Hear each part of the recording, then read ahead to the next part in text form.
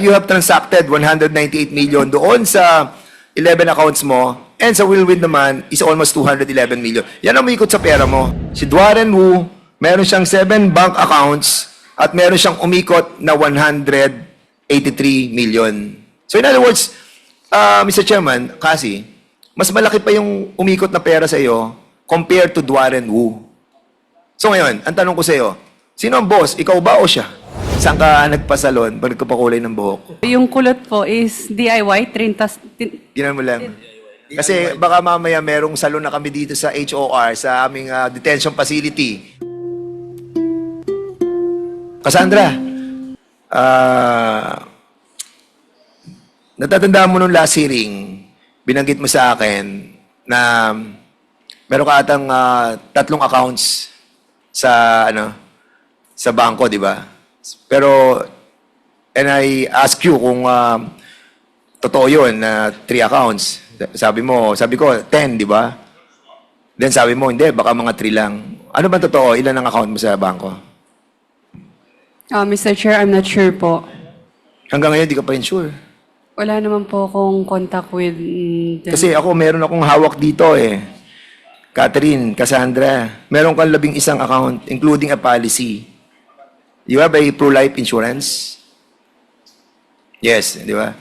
So, you have a 10 account from a policy from the pro-life. Di ba? So, sa 11 accounts mo, kasi, so ngayon, naniniwala ka na sa akin na meron kang 10 accounts. Kasi the last time that I asked you, di ba, meron kang 10, 9, 8, sabi ko, di ba? Kasi I know that you have 10 accounts eh. I'm not sure po. Hanggang ngayon, you're telling us na you're not yet sure. Yes po, Mr. Chair, kasi wala po akong yung mga record ko po. Again, hindi ko po ma-check yung mga record ko. Sa hanggang ngayon, di mo ma-check yung mga records Opo. mo. Now, you are the Whirlwind beneficial owner with the 58%. You know the transaction or financial transaction that happened with that company.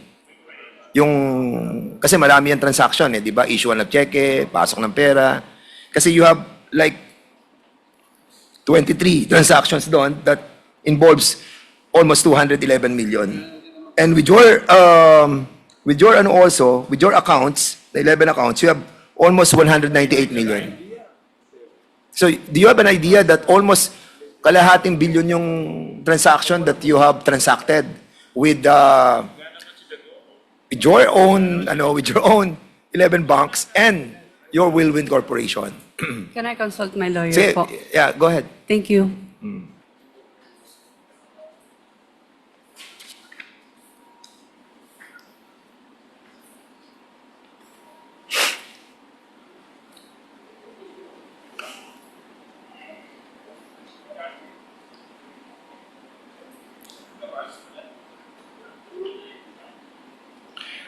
Pakilabas nga. Yes, Kasi. Mr. Chair, I You invoke your right. Opo, kasi may money laundering na po. Sige, okay. Kasi the last time, wala ka pang kaso eh. Kaya nga sinasabi namin sa iyo, cooperate with us eh. Pero now na may kaso ka na, yan talaga yung mangyayari. Now, I will show you something, Kasi. Kasi, ito yung, now na may kaso ka na, and these are the cases that were filed sa iyo, it seems that you have transacted 198 million doon sa 11 accounts mo, and sa Willwin naman is almost 211 million. Yan ang umikot sa pera mo. Yan ang transaction mo. And I want to show yung kay Dwaren Wu. Si Dwaren Wu, meron siyang 7 bank accounts at meron siyang umikot na 183 million. So in other words, Mr. Chairman, kasi, mas malaki pa yung umikot na pera sa iyo compared to Dwaren Wu. So ngayon, ang tanong ko sa iyo, sino ang boss? Ikaw ba o siya? Sino ba talaga ang boss sa inyo? Wala naman po boss sa amin. Walang Mr. boss. Chair. Opo. So hindi siya Partnership naman po kami. Wala pong boss sa amin, Mr. Chair. partnership kayo. Opo. Pero, syempre, mas matanda siya. Pero you are the 58% owner of the Whirlwind, di ba? 58% ka eh. And kung pagbabasehan natin yung assessment doon, 2.5 billion, that's almost 1 billion plus. So, ang laking pera nun kasi, di ba? But of course, I don't want to dwell with it anymore. But in here, clearly, 20% lang si Duaren Wu, ikaw 58%. So, there must be somebody who is the boss. Kasi kung 58% ka, 20% lang si Duaren sa Whirlwind Corporation, so you must be the the owner, majority owner, Cassandra. Yes. Kasi kung pagbabasihan mo, Mr. Chairman, tong issue ng Bamban, saka ng Porac, they are almost the same. Sa Porac, meron silang Whirlwind. Sa Banban naman, meron silang Baofu. Meron silang Sun Yen na Pogo. Meron naman sa Lucky South. At dito naman sa Cagayan, meron naman silang Philippine Sanjia Steel Corporation na kung saan yun po yung nagiging kanilang legitimate na business para itago yung money laundering, including yung mga drugs na possible doon dumadaan sa port ng Cagayan de Oro City. And we need to really establish, and I have also the copy of the from PAOK, mamaya sabihin siguro ng PAOK, yung kanilang tinatawag na development, what do you call that? The business, the design of the business plan that was submitted, sa municipality or sa city of Cagayan de Oro, telling us that the design of those manufacturing company were the same as that of the Porac and the Banban. Kaya medyo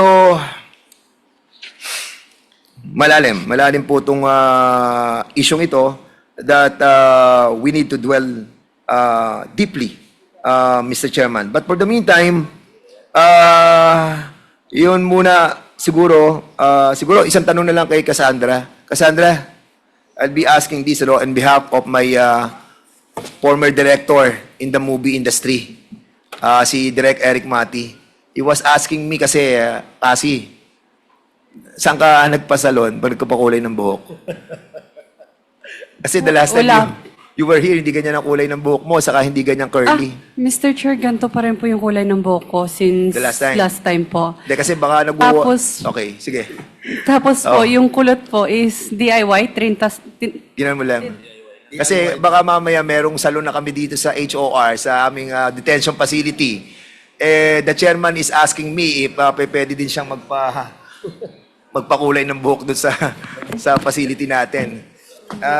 I just wanted to make it light, yung ating pong discussion. But if indeed there is a existing salon in the detention center, then I will be filing a resolution. Ano ba, condemning or sige, kasi, sige. yung hair color ko, ito pa rin po naman since then. Yan ba yung po. dati? Except na lang siguro kung, di ba, nagsha-shower naman po. So, Hindi, parang naiba kasi ang kulay. Opo. Kasi everybody was trying to tell me na parang nabago yung hair mo. But ano na yun, beside the point. Parang alam na alam mo ang buhok, ang kulay ng buhok Text lang ni si Cassie, Direk. ha? Thank you so much, Mr. Chairman. Maraming po salamat. Thank you, Congressman Dan Fernandez. Mr. Chair, sinagot po ba ni Cassie yung ba't binago yung buhok? Yes, Your Honor, ang sabi niya na yun daw talaga yung kulay ng buhok niya. Parang napapansin lang ni Congressman Dan. The next to interpolate is